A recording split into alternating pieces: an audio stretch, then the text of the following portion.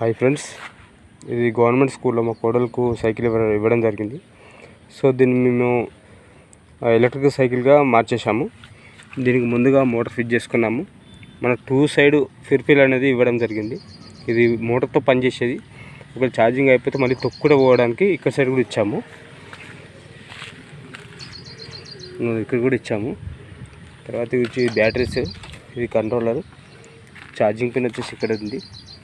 అలాగే light, horn అనేది పెట్టలేదు ఇంకా దీనికి.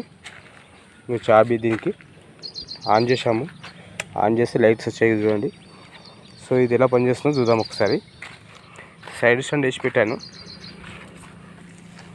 ఇలా వంపాను, ఎక్సిలేటర్ ఇస్తున్నాను. ఇదిగోండి, ఇలా తిరుగుతుంది.